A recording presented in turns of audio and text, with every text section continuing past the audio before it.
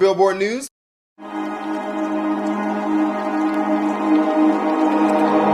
I was diagnosed with COVID on April 20th, and since then, it's been an absolute roller coaster. Almost 5 months later, I'm still suffering from long-haul complications. I just honestly feel like I've got out of a car wreck, to be quite honest. My energy is completely and totally zapped. I completely lost all sense of smell and taste. So I had stomach aches and vomiting, diarrhea, and then I had excruciating headaches. And that progressed rapidly. I ended up having the dizziness, the confusion, and then the shortness of breath set in. There were nights whenever my oxygen levels would drop to about 87 at night, and I would have a racing pulse of over 130. And it was really hard on my body. It was terrifying. I would wake up gasping for air, and it felt like an elephant was sitting on my chest. Around May 13th, I thought that I was getting better, and I was trying to get a CT scan to make sure that there was no underlying damage.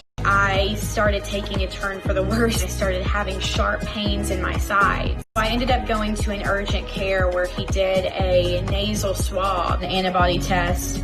Well, both of those ended up coming back positive.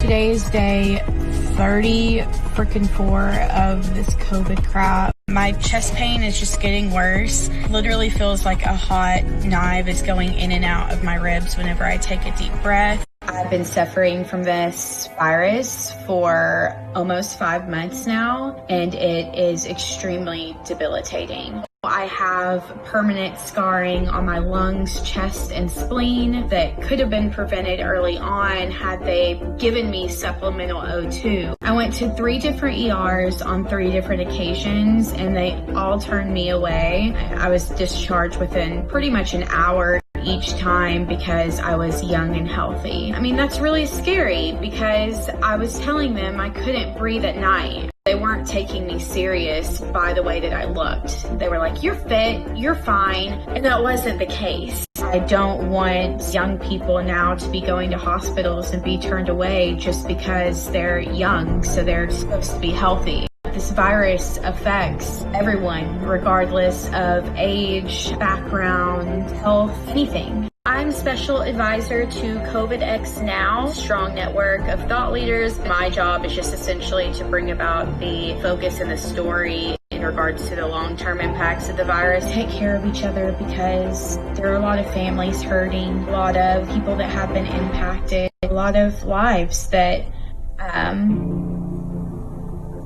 there's a lot of uncertainty, and I don't know how long this is going to last for me, but I do have faith in our recovery. This is #OurStories. What's yours?